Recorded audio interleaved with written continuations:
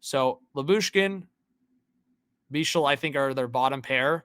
Lindell, Heiskanen, I could see the top pair. I think you just have to go after another guy to fill out your top 4. There's options out there. I really think there's a lot of options out there. We're going to go through it. I think Dumba is as good as gone.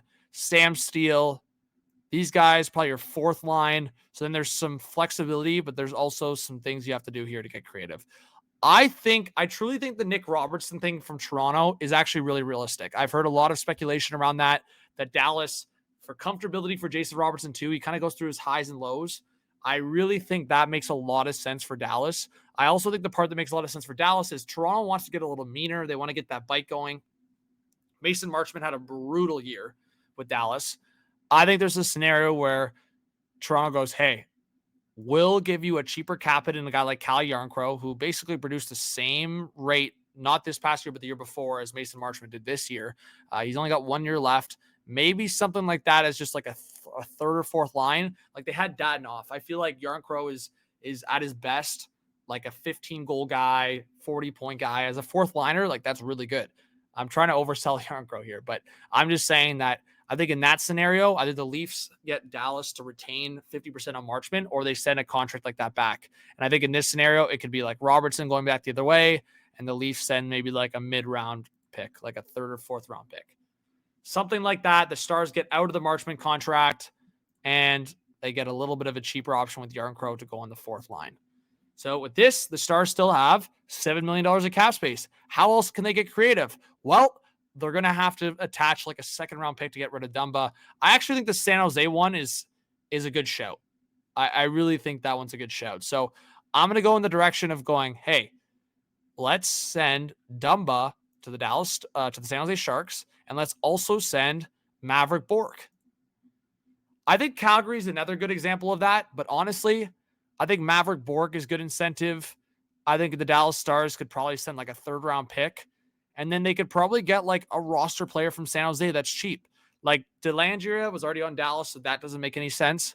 But there's like a couple other guys that could make some sense for the Dallas Stars. Grundstrom could make some sense. Wenberg maybe could make some sense if they retain 50%. I've heard there's some rumors around Wenberg. So for argument's sake, let's do Wenberg. San Jose's got one of the retention spots back. So let's do that. They could retain 50%. Maverick Bourque heads to the San Jose Sharks. That's good incentive for them to soak the Dumba contract. And then you get Wenberg in there. And with that as a scenario, Wenberg all of a sudden is your 3rd line center. I think that's looking pretty good. And then you've got to get creative in the forward group once again, as I mentioned. So with this, nothing changing. You have 8.5. What else could you do? Say you sign Jamie Benn for cheap. Maybe, I think the comparison, like he's 35 years old. He only scored 16 goals. Maybe you just pay him, I don't know, 2.5 for 2 years, something like that, short term. Again, he didn't have a great year, and I think he was a bit of a liability at times in the playoffs. He only played 10 minutes in Game 5. Like, I think a lot of those are a factor there. So Jamie Benn on the 3rd line, then you're really tight on cap.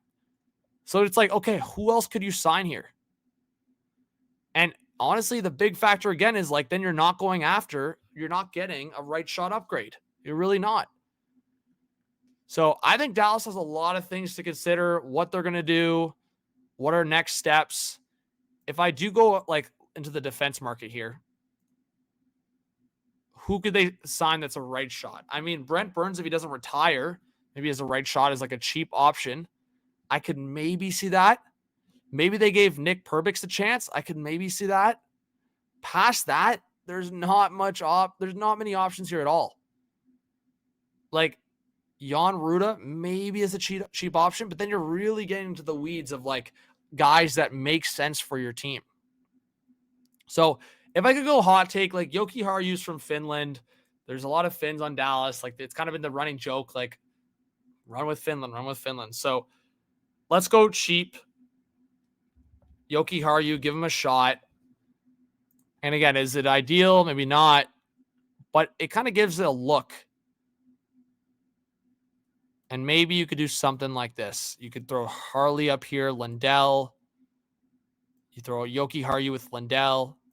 And then that's like your top 7. I do like the idea of going after Rasmus Andersson from Calgary. I just don't know what that trade would look like. But maybe a guy like Yoki Haru could, I don't know, he could strive in that opportunity. He could make the most of it. You don't bring in Saad. You don't re-sign Jamie Benn. And you focus, with the cap space you have, you focus on Granlund. And Granlund is 33. He had a great year. He had a great playoffs. Maybe it's a scenario where you sign him a little bit more long-term and you could save some money. Maybe. I'm not saying that's the scenario that will happen, but maybe with Granlund at 33, take him to 36, 37. Maybe you do give him 5 years to bring the cap down. And maybe it's as low as like $3 million. Hey, no state tax. Like, there's a lot of conversations, the benefit of Texas. And then you're at 2.8. You could actually keep Jamie Benn. You could sign Jamie Benn, but say Granlund is with Hintz and Rantanen on that top line, Robertson, Johnson, Robertson, then you got to sign 2 more guys at the 2.8. So with that in mind, go to UFAs. Who else is available on the left wing side? I mean, there's a few options here. But one that makes maybe some sense. Sorry, I scrolled there. But a guy like Gustav Nyquist, a little bit of a veteran, a bounce-back candidate, maybe he makes some sense. The Kiviranta one would be kind of funny. But there are guys here that I'm like, okay, maybe it makes sense here. Luke Cunnin could also make some sense. I think they want to obviously go for the secondary goal scoring. I think that's going to be a priority for the Dallas Stars as well. Obviously, they got that at times, but I think Tyler Seguin's contract is also like a big hit. So for guys that got like 15, 16 goals kind of in this category, Jamie Benn might make sense. So say you do bring back Jamie Benn. Say it's a bit too cheaper, $2 million for 3 years. So you extend it to 3 years there. For a 35-year-old, that's not ideal. But again, he could end up playing 4th line for you by the end of it. I know some people have said Jamie Benn 1 year, that's it, max. And then say you bring back Dadonov. Again, it doesn't change much. But maybe you're like, hey, Dadonov, we'll bring you back for cheap if you want to come back. If you don't want to come back, you don't have to come back. You can sign somewhere else. But if Dadonov's willing to take a major pay cut, then you could have Dadonov on the 4th line. But do I think Dadonov's going to sign for that cheap either? Maybe not. So there's different ways to go about it. This would be cap compliant or I guess 19,000 over. So like I said, you'd probably have to get creative, but so Wenberg, 3rd line center, Steele, Yarncrow, Bach, and then Harley, Heiskanen, Yoki Haru, Lindell. Did the defense group improve? Not really. Did the forward group improve? Not really. So the big question for the Dallas Stars is 2 factors for me. Is it an end of an era for Jamie Benn and Tyler Seguin? Well, Seguin's got 2 more years at $9.8 million. Do you have a conversation with Seguin and go, hey, Tyler, look at this. We've got to move into a different direction. We got to be younger. We just signed Rantanen long-term at $12 million per year. We want to have better depth. Is that a conversation? It might have to be. So we're going to see here, but I think the Dallas Stars, with that Seguin anchor of a contract, at the very least, they have to move on from Dumba and Marchment. Past that, there's probably a conversation with Tyler Seguin and maybe moving on from Jamie Benn.